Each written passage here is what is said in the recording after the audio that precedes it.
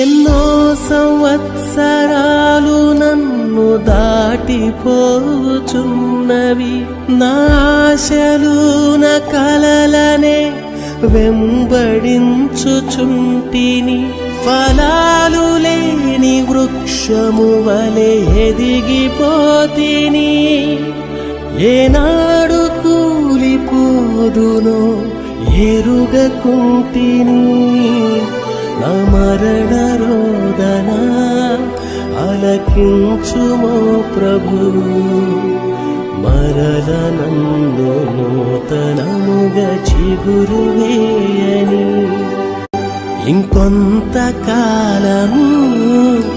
ఆయుష్ పెంచుము, నా బ్రతుకు మార్చుకొందును సమయము నిమ్ము.